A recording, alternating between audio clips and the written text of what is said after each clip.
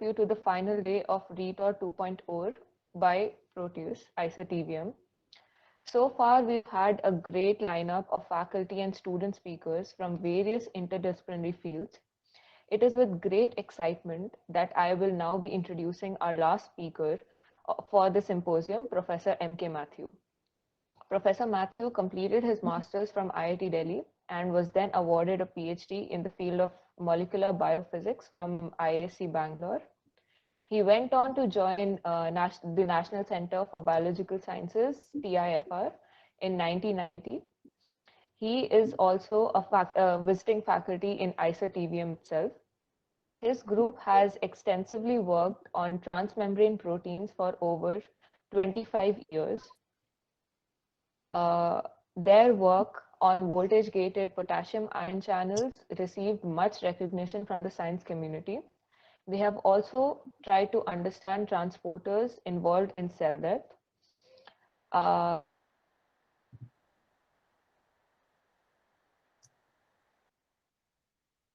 Talk.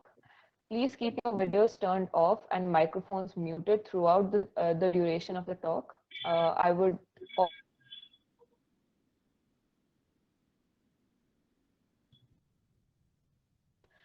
their valuable contribution. Now, I would like to hand over the virtual stage to Professor Mathew. Thank you. Thank you. I really wish it was not a virtual stage, but a physical one, and that I was in your midst while presenting this work. I've really enjoyed being in IISER Trivandrum and to teach in courses at the Institute. Okay, now, as we're doing this, you're looking at this slide which I have put up, and you're listening to my voice, and you're using sensory input into your nervous system. And a lot of people for a long time have tried to think about or try to figure out how this whole system, the nervous system, works. And it goes back a long way. It goes back as far as at least 4,000 years. Here's the skull of this gentleman who got hit on the head, probably in battle. Yeah, so he got this little indentation here. And as a consequence of that, there was probably hemorrhage, edema, and to relieve the pressure, they drilled a hole that didn't quite work. So, I mean, they probably drilled this one first. That didn't work, so they drilled another one, drilled a third. Now, the interesting thing about this skull is that all three of these holes have healed. Yeah, so he survived 3 brain surgeries, or at least skull surgeries. So those guys knew how to drill, where to drill, and make sure that they did not go and damage the brain. Yeah. They knew that the brain was used for controlling a lot of bodily functions, because if you got brain injuries, you lost various functions. Yeah, you may not be able to walk, you may not be able to talk, and so forth. Yeah, but figuring out how the brain did what it did, how the nervous system functions, took a long time. There were a large number of hypotheses which were put up by various people. Some of them were quite fanciful, actually. But the correct answer, as we know it now, is that the nervous system is an electrical system. And obviously, it was not possible to come to that conclusion until such time as electricity was discovered. And very shortly after that, Luigi Galvani did this experiment where he took a bimetallic strip of zinc and copper and connected up between the spinal cord of a frog and a leg muscle. And when the circuit was completed, the leg twitched. Yeah, it went from there to there. And that established that electricity was involved somehow. There was a lot of discussion as to whether this was because the nervous system generated electricity, or it could be stimulated by electricity. And we now know that both are true. Yeah? But it took a long time for instrumentation to get to the point where one could actually record electrical activity in a single cell. And when you did that, you got pictures like this. Yeah. So this is a neuron. Yeah, and this neuron sends signals down its axon, and those signals are electrical pulses. Yeah. And you can record now, you can record here or here or here, and these pulses, which we'll call action potentials from now on, are generated here, and as they propagate down this axon, they do not diminish. They do not change shape. The waveform remains exactly the same. And this is really surprising because some axons can be very long. Yeah, the longest axon in your body, for instance, is well over 1 meter. And in a blue whale, it can be 25 meters or more. Yeah. So how is it that this action potential is generated? How is it propagated without attenuation? We're going to look at the first part. How is it generated? Yeah. And I'm not going to describe all the experiments that went into an understanding of this action potential, but we'll look at data that was available in the middle of the last century. Yeah. Largely from experiments by Curtis and Cole and by Hodgkin and Huxley, it was known that when the neuron was not firing an action potential, yeah, the neuron is at rest, enjoying a siesta, yeah, then it is somewhere around minus 60 millivolts. It's slightly it's highly potassium sensitive, selective, and not very permeable. Very low currents are passing across it. But when the action potential is fired, suddenly there's a lot of current passing across the membrane. So it's high permeability, yeah, and it switches from being potassium selective to being sodium selective. And then somewhere around here, it stays highly permeable. That means there's a lot of current still going back and forth, but now no longer sodium selective, but it becomes highly potassium selective. This is the picture. Yeah? And this is the data that was available to Hodgkin and Huxley when they set out to build a model of how this works. And they built a model. I'm not going to go into the details of the model, but the model was good enough so that they were able to describe an action potential very well. So this is the experimentally determined action potential in a squid axon, yeah? And from the parameters that they had measured, they could model that using their theory, and you can see that the theory fits the experiment pretty well. Yeah. So what did this theory involve? Well, this theory required that, first of all, they had to explain that the membrane became more permeable. So they said that there were entities in the membrane that would allow ions, sodium and potassium specifically, to go across the membrane quite rapidly. And this is a problem. This is a big problem. Because if you look at a biological membrane, the biological membrane is made of lipid. Yeah? It's a lipid bilayer. And this head group region up there, yeah, that's polar and charged, so it interacts with water very well. Whereas this middle portion is hydrocarbon, very hydrophobic. So there's a huge potential energy barrier that does not allow an ion like sodium or potassium to go across this membrane easily. Yeah. The solution to that in the biological system, there are several solutions to this, but the relevant solution for our discussion today is to build a tunnel through the membrane. Yeah? This thingamy is a protein which forms a tunnel through the membrane. There's water inside this, so ions can diffuse through this tunnel, go from one side of the membrane to the other, and that would allow for this large currents that Hodgkin and Huxley and also Cole and Curtis and others had actually observed. But there's another problem now that comes into this. See, the cell maintains gradients across the membrane. Maintains gradients of potassium, high potassium inside, low potassium outside. Sodium, high sodium outside, low sodium inside. High calcium outside, low calcium inside. And also for a large number of other solutes. So if you built these tunnels across the membrane and allowed free flow of these solutes across the membrane, those gradients would quickly break down, yeah, and the cell would die. So you can't afford to have these tunnels open all the time.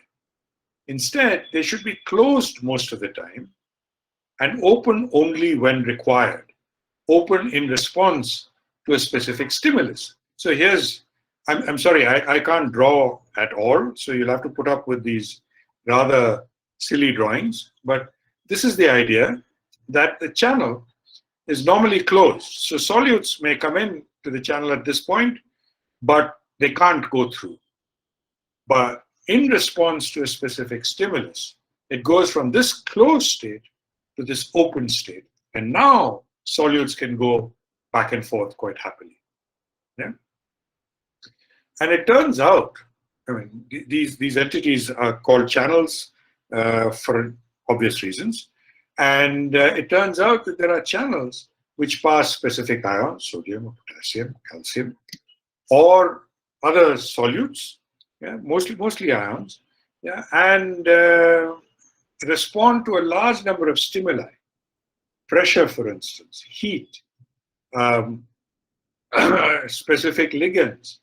But the channels which are involved in the action potential, Hodgkin and Huxley postulated that these channels responded to electric field.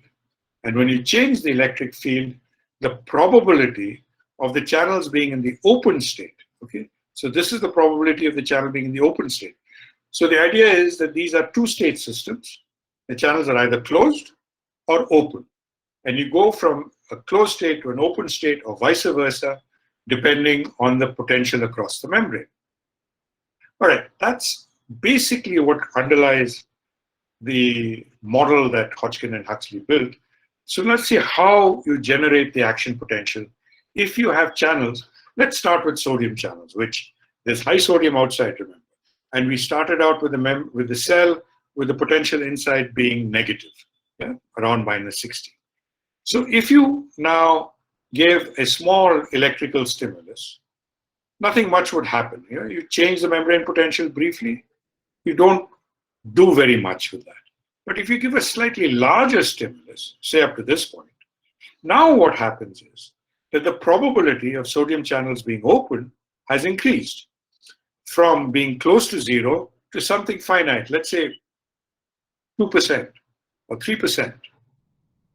The moment some sodium channels open, because there's a lot of sodium outside, very little sodium inside, and the inside is negative compared to the outside, yeah, sodium rushes in. And when sodium rushes in, that's carrying positive charges inside.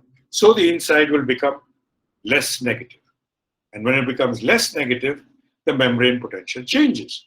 You come to this point, let's say. Here, now, the probability of sodium channels being open is significantly higher, close to, let's say, 20%. Yeah? So more sodium channels open. And when more sodium channels open, even more sodium comes in. Yeah, that changes the membrane potential, makes it even less negative, and so on, so that you have an explosive process, and the membrane shoots up from being -60 to actually somewhere positive, maybe +40 or so. Yeah. So that picture can be summarized here, that when you have a potential, a stimulus which is greater than some threshold, yeah, then the cell depolarizes. We call it depolarizing when you go from a negative potential to a positive, to a less negative potential. Yeah, and that opens sodium channels, which allows sodium to come in. That will depolarize the cell some more, and you get an action potential. But what happens if you give a larger stimulus than what you started off? If instead of giving a stimulus that went this far, you gave it a stimulus that went this far, you would still end up at this point. No change. Yeah?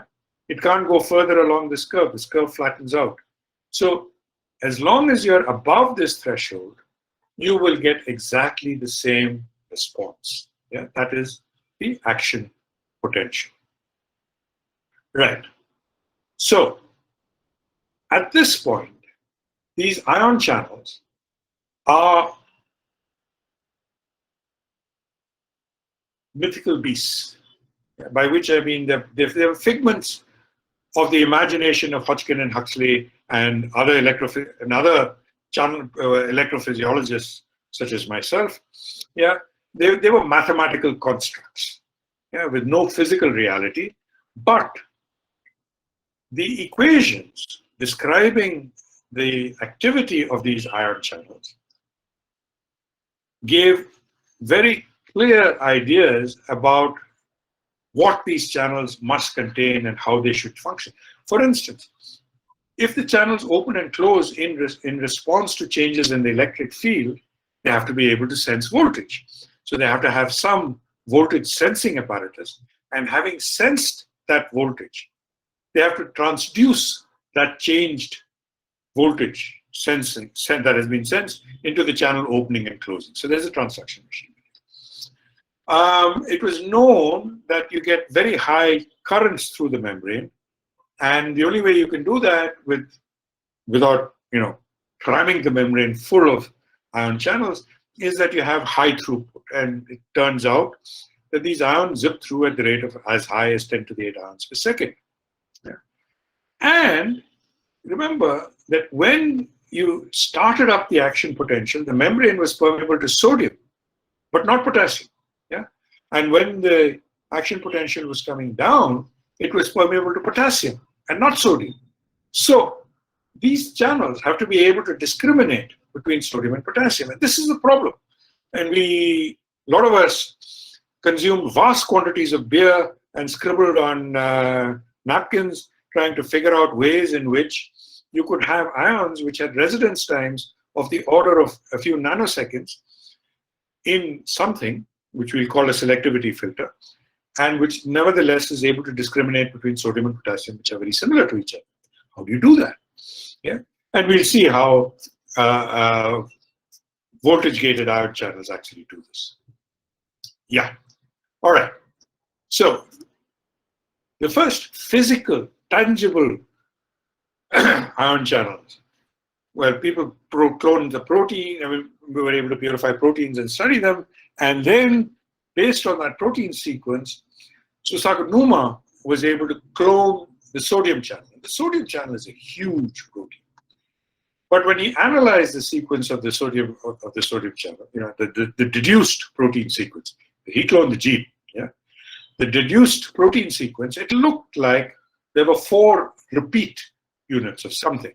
There was something that he drew like this, another one, another one, another one. There are 4 of them. Yeah? But this was just too big to play around with. And towards the end of the 80s, this was done in the early 80s, towards the end of the 80s, 3 groups, Olaf Pong's in Germany, the Jans in San Francisco, and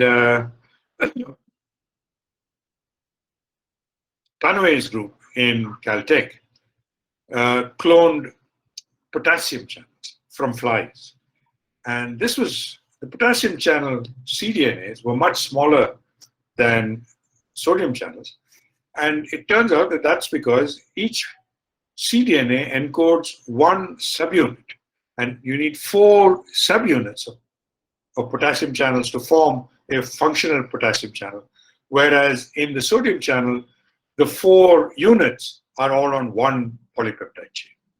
But now that we had smaller cDNAs to work with, one could start asking questions about how these proteins actually worked.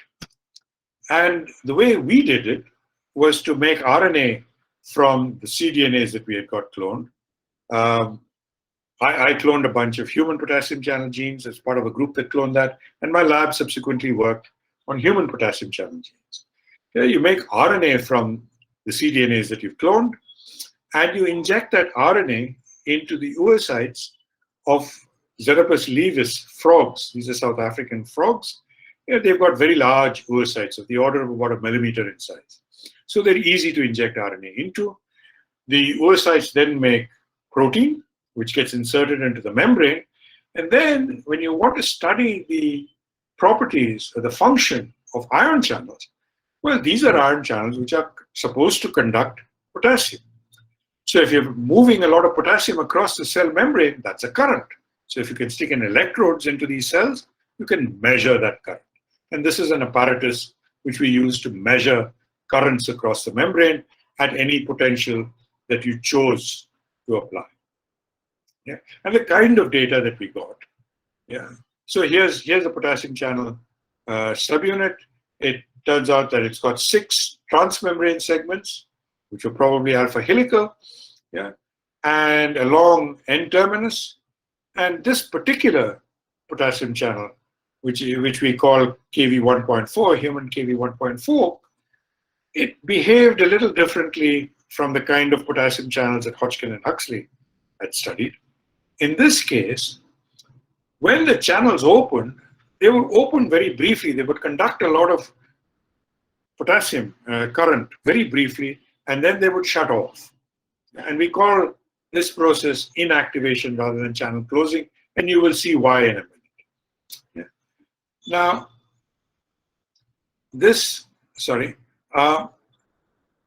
in the case, sodium channels did exactly the same thing. They would open transiently and close and go into a non-conducting state. And that was important for the action potential, because if you remember, the action potential in the initial phases of the action potential, the membrane is highly selective for sodium, and then it becomes highly selective for potassium, and there's no more sodium current going. So the sodium channels have to become non-conductive, and Armstrong and Betzenia did some experiments which suggested a model which they call a ball and chain model.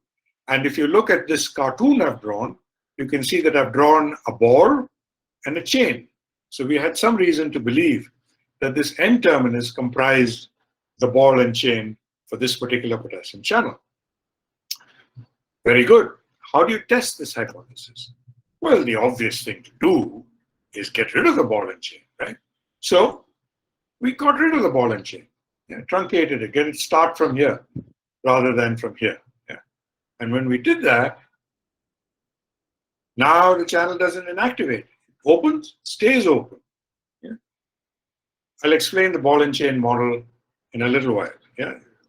Enough to remember that this is the inactivating ball. Using experiments like this, where you make mutations here and there, maybe you make either point mutations or large stretches. You could map some functions onto the sequence. And this sequence is now, this is a cartoon. Yeah. You could map function onto different portions of the channel. So we said this is the inactivation ball. This red helix, it was expected to be the voltage sensor, because this helix was highly positively charged. Every third residue was either an arginine, mostly arginine, or occasionally a lysine. Yeah? These are all positively charged. So this would be able to sense an electric field, because the electric field, which is negative inside, would tend to drive this down into the cell. Yeah? So there's force, an electrostatic force, which is acting on this. Other experiments showed that this portion of the channel actually lined the pore. Yeah, this is what lines the aqueous portion of the tunnel. Right? Yeah, and there's other portions which we won't worry about right now. All right. Now, here's the picture based on what we have seen so far from the mapping of function onto the sequence.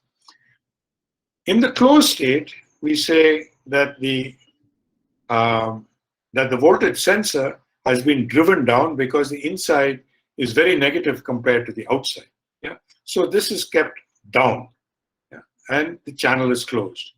But when there's a stimulus that comes, which makes the inside less negative, then this no longer stays down, but it pops up. And in the process of popping up, so this is the voltage sensor, it pops up in response to making the cell less negative inside. And in the course of doing that, the channel opens. So there's a transduction machinery which we cannot get at this level of a cartoon. Yeah. But what about inactivation, you say? Yeah, I told you I'd tell you about inactivation. Yeah. So here's an inactivating channel, and here's the ball and chain. So when the channel opens, this ball goes in here into this open mouth of the channel and physically blocks the pore. So you can see why it's justified that we call this state inactivated and that state closed. These are two physically distinct states. Okay. This is as far as we can go with cartoons. Yeah. In order to get any further, we need actual structure to work with. And to do that, doing that with a whole full-size potassium channel or a sodium channel, difficult. So what Rod McKinnon and his group did was that they worked with a bacterial channel, which has got just this pore lining segment, just this much. And that they were able to crystallize, and they got a crystal structure. Yeah, this is the crystal structure that they got. Remember, it's a tetramer. What we've done here is we've removed the subunits in the front and the back. And we're showing you only the side subunits. And this is the selectivity filter. Remember, this does not have any voltage sensing. Yeah? And these are the S5 and the corresponding to the S5 and the S6 helices. All right, so how does this explain that this is a ion selective, potassium selective channel? Yeah, there's difference in size. Maybe that's critical. Well, these, what are sticking out here are the backbone carbonyls. So these oxygens now will replace the water molecules around the potassium ion as it is going through. The potassium ion is normally octahedrally coordinated. All these are water molecules. When it goes through the selectivity filter, these equatorial ligands, the equatorial waters, are stripped away and replaced with carbonyl oxygens. So now one can hypothesize a model for how you can select between sodium and potassium. Because if the carbonyl oxygens are replacing these water molecules, these water oxygens, then they must be ideally positioned so that they can coordinate with potassium, but they will not be ideally positioned to coordinate with sodium because sodium is significantly smaller. Yes, that's part of the answer. But it turns out that when more detailed, higher resolution structures were obtained, it turns out that these potassium ions are not, as shown here, on the faces of a cube. Yeah? Remember that here there are 4 oxygens. Here there's 4 oxygens. Here there's 4 oxygens. Yeah? So they would form squares, and two planes of squares could form a cube. But it turns out that these potassium ions are not on the faces of the cube, but in the body of the cube. Yeah? That's one surprise. Yeah? But there's a further surprise. It turns out that if you look at this square and this square, they're not lined up over each other as in a cube or as in a square prism, but they're rotated with each other, yeah, with respect to each other, forming something we call a square antiprism. So here we are, octahedral there, changed to carbonyl ligands. Now it's body-centered, but in the body, the cube now has this front face rotated 90 degrees with respect to the back face, and this is a square antiprism. That's the structure of potassium in a square antiprism coordination.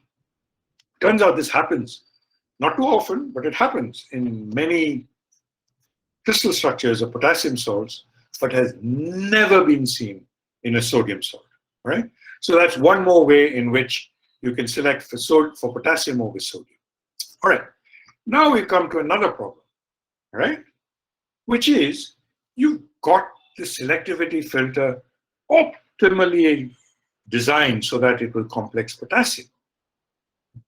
But this has to move the potassium through with a residence time of only a few nanoseconds. Yeah. When I studied chemistry, I was taught that if you've got high affinity binding, you've got a high on rate, but a very low off rate. And you need a high off rate in order to get 10 to the 8 ions zipping through per second. How does that happen? Well, this is a potassium ion, that's a potassium ion, yeah? And in between you have water molecules. What happens if another potassium ion comes here? Well, when it comes here, there's electrostatic repulsion between this guy, that guy, between this guy and that guy. So this fellow will move away, move up here, occupy this spot, which in turn will move the water molecule here, and so forth. Yeah. And you will get to the point where now you have potassium ions here and here. So what's happening is that as potassium ions enter the selectivity filter, they displace the guys in front because they destabilize the binding out there. And in this way, you can get very high throughputs of the order of 10 to the 7, 10 to the 8 ions per second. All right. So you've got high throughput of ions through this channel, but we've still got another problem to address. These channels should be closed most of the time, right? They open only in response to a particular stimulus. How do they do that? Well, okay, so this is just explaining that knock-on effect.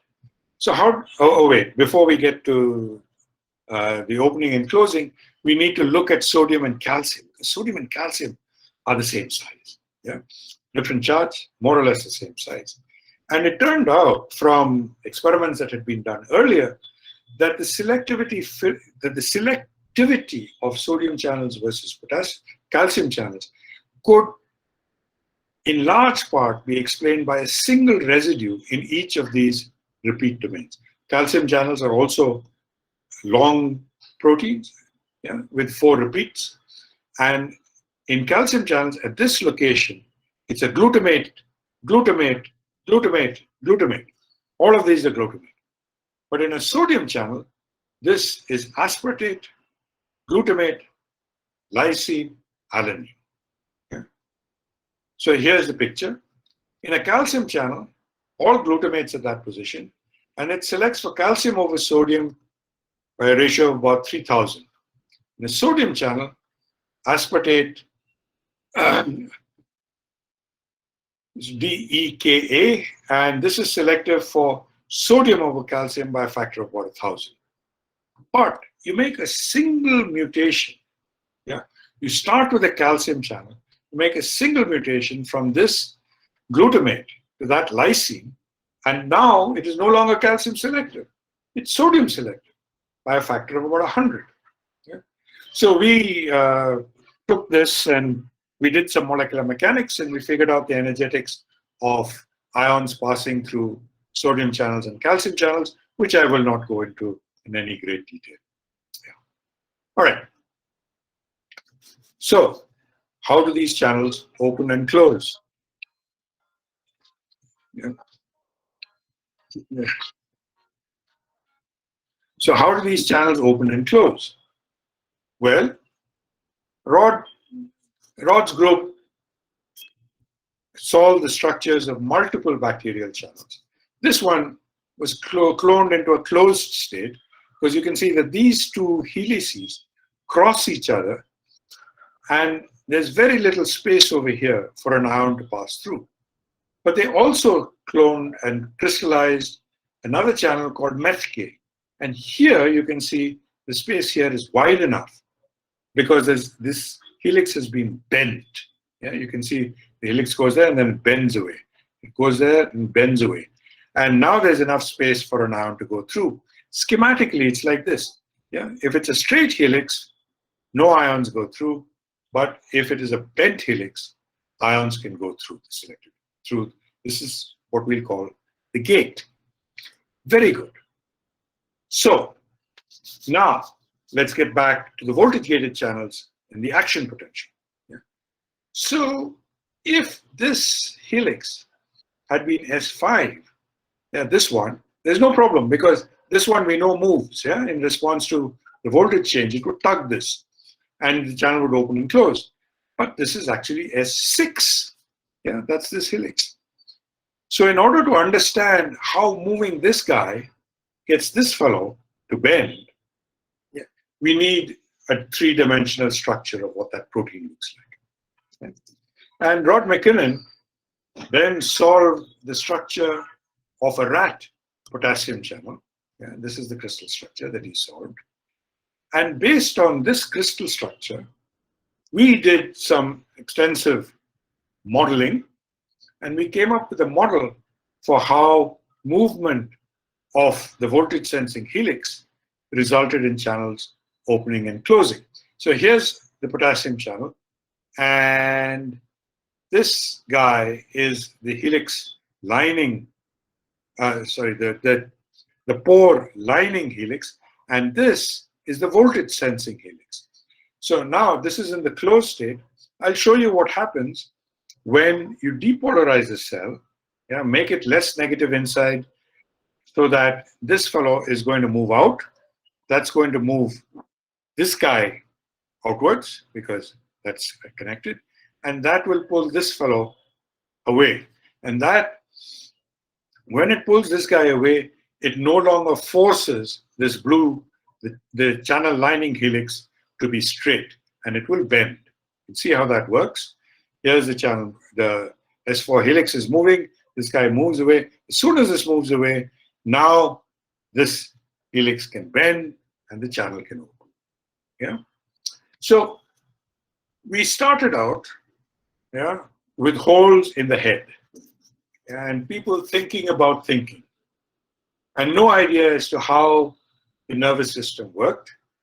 We proceeded from that point to an understanding that the nervous system worked using electricity, and then a model of how electric field across the membrane would control the behavior of proteins in the membrane that mediated the flow of ions, specifically potassium channels. Sodium channels are very similar. I'm not going to go into the details of how they work. We've done that. We've looked at those as well. Yeah. And come up with a model of how these proteins actually function, who pulls on whom, who pushes on whom, in order for the channel to open and close in response to changes in membrane potential, and thereby generate an action potential. So these then are the nuts and bolts of the electrical system that underlies the functioning of the nervous system. Yeah. Okay. So there's a lot of people who contributed to this work. There were early students, Barun Chanda, he's now a professor in Wisconsin. Ramu is in Philadelphia. Raj Ganesh is in IIT Kanpur. Anurag Vashne is in the industry. Yeah. Haider is postdocing. Kavita is in Chennai, in Anna University. Sanjeev is in Baroda on the faculty there. And Natarajan is a postdoc and will be searching for jobs shortly. So I'd like to acknowledge their work that went into our understanding of potassium channels and how they function. And I have to thank you for the attention that you have paid. Thank you. You can take questions now. Thank you very much, sir, for this extremely insightful talk. I now welcome everyone to ask their questions. Please use the raise hand feature. Those who prefer typing out their questions in the chat box, you may do so.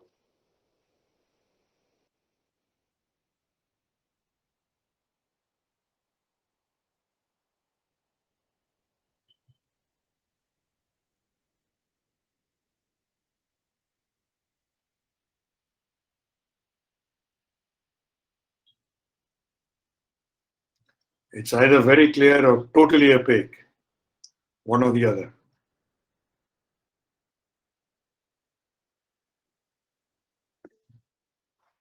Yeah, Shreya? Hello, can you hear me? Yes, yes. Yeah, you had talked about the last bit where you talked about the S6 channel being pulled away by the S4 tugging on it. I didn't quite understand that. Could you repeat it? See, in the structure, we found that the S4 was not directly connected to the S6, but there's the S5 helix. Let me see, can I go back to this? Yeah.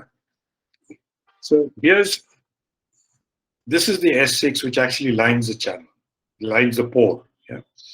Here's S4, which is the sensing helix. When this moves up, it doesn't tug on S6 directly, but the S6 likes to be in a bent state. It's being kept straight and therefore closing the helix, closing the channel by this other helix. Yeah, I don't know what color you see it as. Cyan, perhaps. Yeah. And when the S4 moves, what happens is that this helix is pulled away from S6. That means it is no longer forcing the S6 into a closed state, into this straight state. Yeah, it allows it to bend. And when the S6 bends, then the channel can open. Okay, I got it now. Thank you.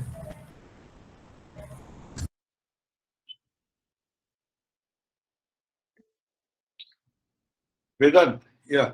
Can electromagnetic field in the brain due to neuronal currents have a significant effect on other proteins folding? Nobody's actually looked at this, but the fields are actually very large. Yeah, and it's always been surprising to me because you will find that it's of the order of 1,000,000 volts per meter or more actually, or is it 1,000,000 volts per centimeter? You can work it out. It's 100 millivolts over 50 over 50 angstroms. Yeah, it's surprising to me that it does not appear, or at least these proteins don't get pulled out of the membrane. How do they exist at all without being pulled apart? Yeah. And when you have currents passing through 10 to the 8 ions per second, there is, as you point out, there'll be a magnetic field associated with that current as well. So there's an electromagnetic field out there. Does it affect anything else? Yeah, you see, people have thought about this, not in terms of protein folding, but as to whether the currents through one channel affect a neighboring channel. And there's fairly detailed study, theoretical papers which have been written up saying that if you have a high density of channels, they might behave differently from a low density of channels, because in the high density of channels, passage of ions through one channel will generate a field which can affect an adjacent channel. Yeah? Whereas if they're far apart, they may not. I'm not sure this has been experimentally demonstrated. Okay, does that answer your question? Yes, sir. Thank you, sir.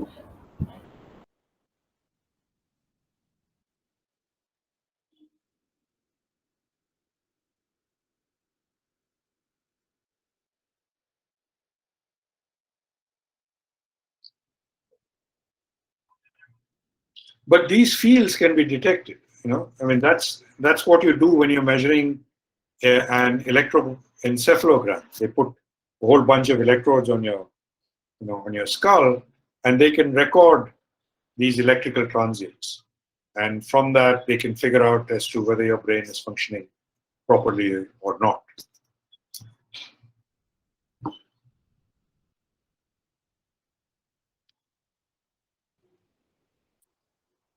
Are there any more questions?